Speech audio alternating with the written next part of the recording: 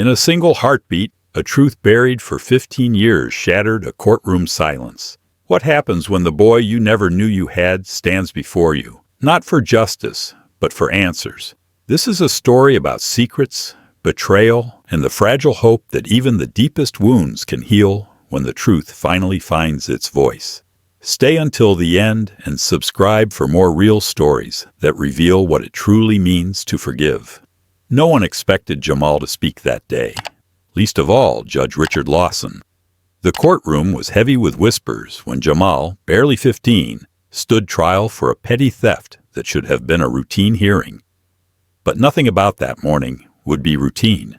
Jamal's public defender, a weary man juggling too many lost causes, had told him to stay silent, to let the grown-ups fix it. But Jamal had carried too many secrets for too long.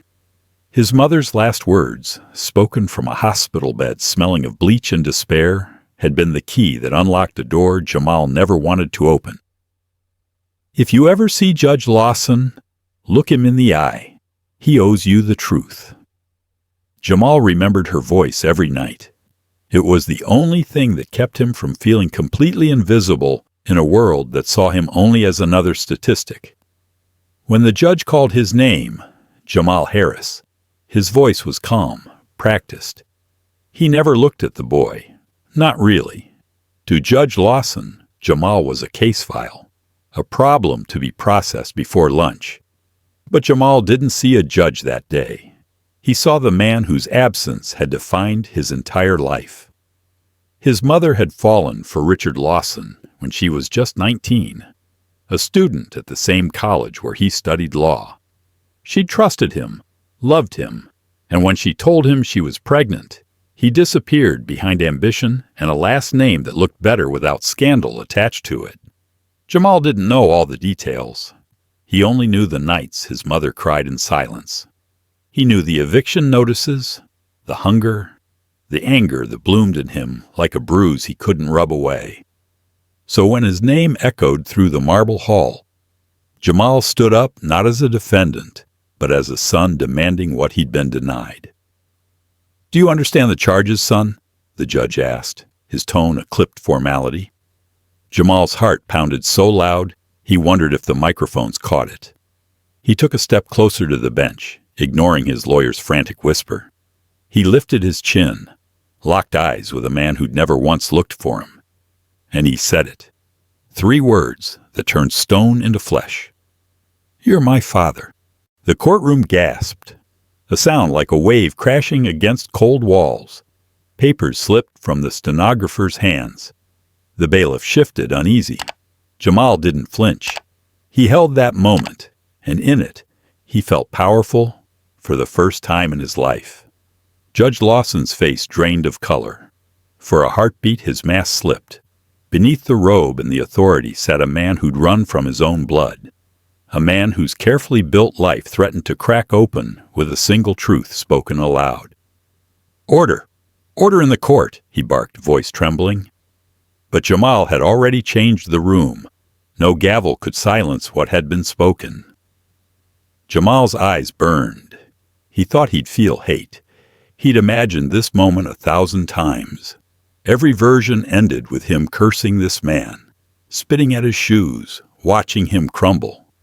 But standing there, Jamal felt something stranger. He felt empty. He felt sad. He felt like a little boy again, wishing this man would step down from that bench and hold him. But Judge Lawson stayed seated, high above, distant. His mouth opened, but no words came. The defense attorney cleared his throat, voice tight. "Your Honor, perhaps we should—" But Jamal cut him off. "I didn't steal that bike." His voice was steady. "I was hungry. I wanted to ride away. I wanted to feel like a kid for 5 minutes. But I didn't steal it. I just borrowed it. That's what Mom used to say about you, that you'd come back one day, like something borrowed." A silence hung in the room so heavy the ceiling seemed lower. The judge's hands trembled as he shuffled papers that no longer mattered. His eyes flicked to the audience, where a few reporters clutched their notepads, already sensing a scandal that could swallow a career whole. For the first time in his life, Judge Lawson saw Jamal. Not a file, not a problem.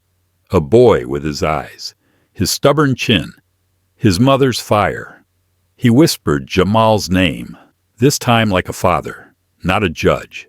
But Jamal didn't wait for an apology. He'd said what he needed to say. Sometimes the truth isn't for the person who runs from it. It's for the one who carries it too long. As the bailiff guided him away, Jamal felt lighter. He didn't know what came next. Foster care, maybe. 1,000 unknowns. But he knew who he was. And for the first time, he knew he wasn't the one who should feel ashamed. Behind him, Judge Lawson sat frozen, a man drowning in the silence he'd created. The courtroom murmured like thunder rolling in. And Jamal didn't look back. Outside the courthouse, the summer sun hit Jamal's skin like a promise. The air smelled of exhaust and old gum stuck to the concrete. But to Jamal, it smelled like freedom. Or at least the start of something he could call his own. The public defender jogged to catch up with him. "Kid, Jamal, listen. You can't just say stuff like that in there. Do you understand the mess you've—" But the man stopped when he saw Jamal's face. Whatever lecture he had loaded up died in his throat. He just sighed. "Where are you going to go now?" Jamal shrugged. He honestly didn't know. The group home was cold and loud, but it was a roof. He could handle that. He'd handled worse. But something about today made him believe he wouldn't stay invisible anymore. That maybe, just maybe, someone might actually see him for who he really was. As they crossed the street, a reporter shouted his name. Cameras clicked. Jamal flinched at first, but then he let them take their pictures. Let them write their stories. Maybe someone would read about a boy who told the truth when no one wanted to hear it. Maybe another kid would know they weren't the only secret someone tried to bury. Back inside, Judge Lawson sat in his chambers, hands shaking as he dialed a number he hadn't called in over a decade. Jamal's grandmother. Her voice cracked when she answered.